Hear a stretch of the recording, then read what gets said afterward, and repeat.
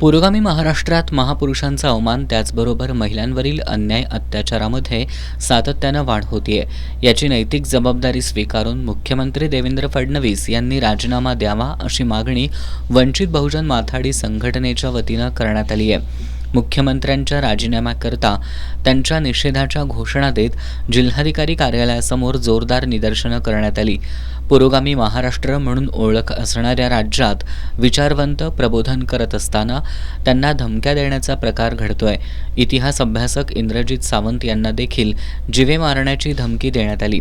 वेगवेगळ्या पद्धतीनं महापुरुषांची विटंबना करण्याचे प्रकार दिवसेंदिवस वाढत आहेत. यामध्ये सरकारची अकार्यक्षमता दिसतीये. गुन्हेगारांना पाठीशी घालण्यात येत आहे. सामाजिक द्वेष पसरवणाऱ्यांना राजकीय वरदहस्त मिळत असून त्यांच्यावर गुन्हे देखील दाखल होत नाहीत. या सर्व संघटनांची नैतिक जबाबदारी स्वीकारून मुख्यमंत्री देवेंद्र फडणवीस यांनी राजीनामा द्यावा अशी मागणी यावेळी करण्यात आली.